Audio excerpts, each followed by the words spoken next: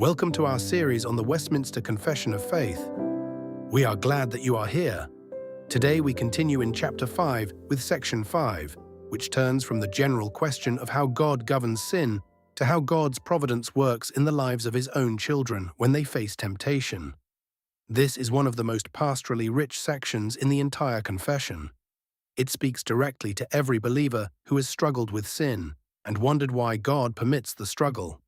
The answer the confession gives is remarkable. God does not merely tolerate our trials, He purposes them for our good. In Section 4, we explored how a holy God can govern sin without being the author of it. We learned that God's providence extends even to the sins of angels and men, not by bare permission, but by wisely bounding, ordering, and governing them toward His holy ends. Now in Section 5, the confession turns to something far more personal. How does God's providence work in the lives of His own children when they face temptation? This is not an abstract question. It touches every believer who has struggled with recurring sin or wondered why God seems distant in the midst of trial. The answer the confession gives is that God permits these trials not to destroy His children, but to do them good. Let us now read the text of Westminster Confession, Chapter 5, Section 5. The most wise, righteous, and gracious God doth oftentimes leave, for a season, His own children to manifold temptations, and the corruption of their own hearts, to chastise them for their former sins, or to discover unto them the hidden strength of corruption and deceitfulness of their hearts, that they may be humbled, and to raise them to a more close and constant dependence for their support upon Himself, and to make them more watchful against all future occasions of sin, and for sundry other just and holy ends. Notice the first words, His own children. The confession is speaking about believers, not humanity in general. This distinction matters enormously. There is a world of difference between fatherly discipline and judicial punishment. A judge who sentences a criminal acts from the demands of justice. A father who corrects his child acts from love. The writer of Hebrews makes this explicit. For the Lord disciplines the one He loves, and chastises every son whom He receives.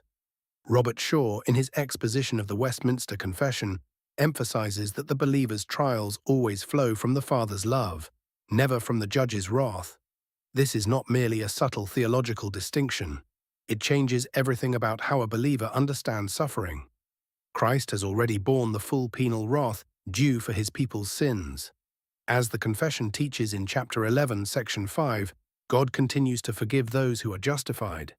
They may fall under God's fatherly displeasure, but they can never fall under His judicial condemnation. The cross settled that forever.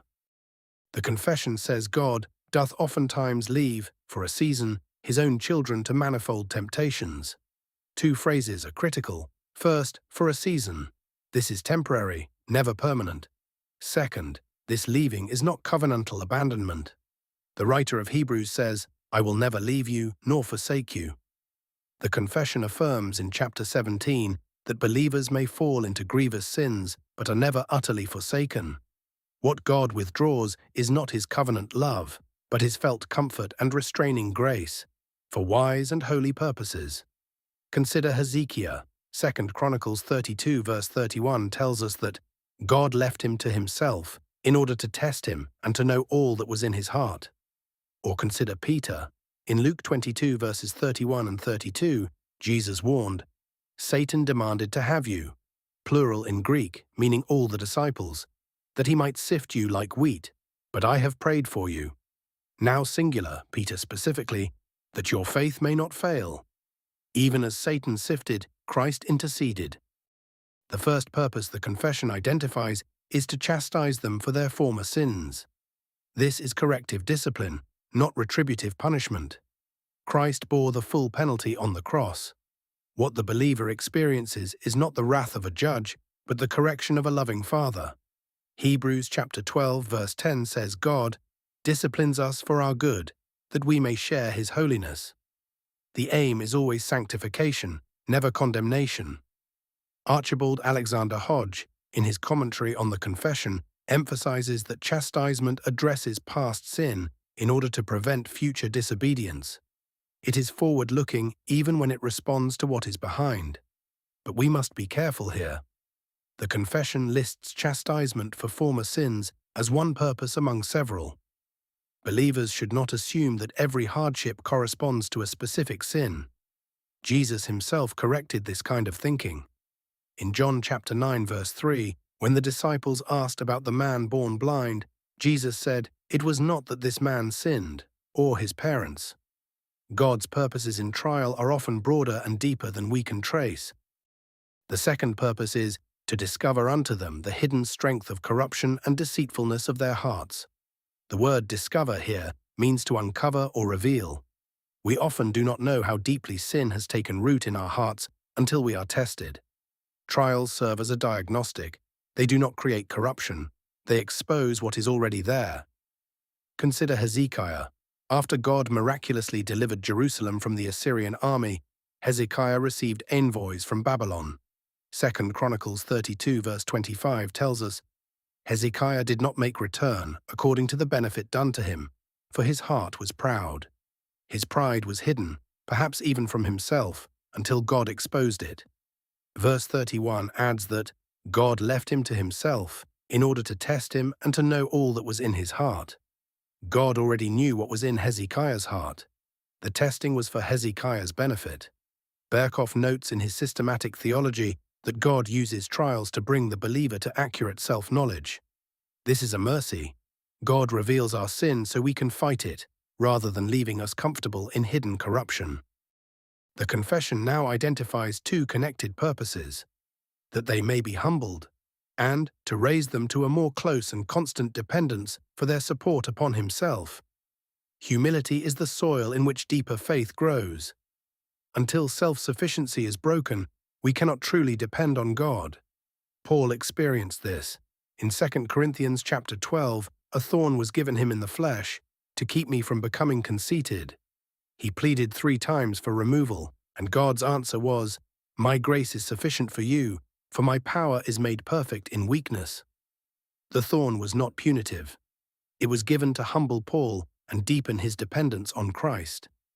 Asaph in Psalm 73 followed a similar path. Embittered and nearly stumbling, he came to declare, "My flesh and my heart may fail, but God is the strength of my heart and my portion forever." God's aim is not to break his children, but to draw them closer, to produce what Hebrews 12 calls the peaceful fruit of righteousness. The confession adds, God permits trials to make them more watchful against all future occasions of sin. The believer who has experienced the pain and shame of sin learns to guard against it with a vigilance that comes only from hard experience. Peter is the great example. He denied Christ 3 times and wept bitterly when he realized what he had done. Yet Jesus did not discard Peter. After the resurrection, on the shore of the Sea of Galilee, Jesus restored him with a 3-fold question. "Simon, son of John, do you love me? Feed my lambs, tend my sheep, feed my sheep." 3 denials met by 3 affirmations. Peter's failure became the soil of deeper watchfulness. He who once boasted that he would never fall became the apostle who warned others to be sober-minded, be watchful. Finally, the confession closes with sundry other just and holy ends, a confession of humility. God's purposes are not limited to those the confession has named. Paul writes in Romans chapter 8, verse 28, "And we know that for those who love God, all things work together for good, for those who are called according to his purpose." We do not need to trace every purpose to trust that they are wise, righteous, and gracious. Here are 3 questions for discussion.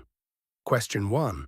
How does the distinction between God's fatherly discipline and his judicial punishment change how a believer should understand suffering? The answer is that if discipline is fatherly, it flows from love, not wrath. Christ bore the full penalty.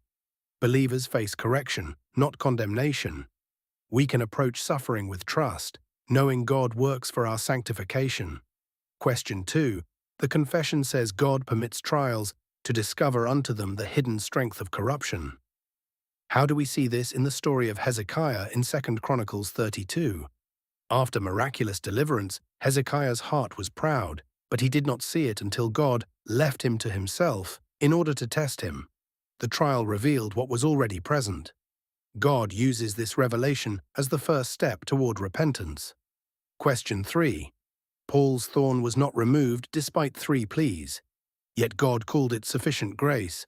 How does this challenge our tendency to equate God's love with comfort? God's answer was not to remove the thorn, but to sustain Paul through it. God's love is measured not by the comfort he provides, but by the holiness he produces. Let us review what we have learned. God sometimes permits his children to face temptation and the corruption of their own hearts, but only for a season, never permanently. This is not covenantal abandonment. His purposes are always wise, righteous, and gracious, to chastise for former sins, to reveal hidden corruption, to produce humility, to deepen dependence on God, and to make believers more watchful. Through it all, God's discipline flows from his love as a father, not from his wrath as a judge. Christ has borne the penalty. Believers face correction, not condemnation, and his purposes extend beyond what we can fully identify. Sundry other just and holy ends reminds us we can trust what we cannot trace. Next, in section 6, we will see the other side. While God chastens his children in love, the wicked are hardened in judgment. God withholds grace, withdraws gifts, and gives them over to their own lusts. The contrast between the chastening of believers and the hardening of the wicked is among the most sobering distinctions in the entire confession.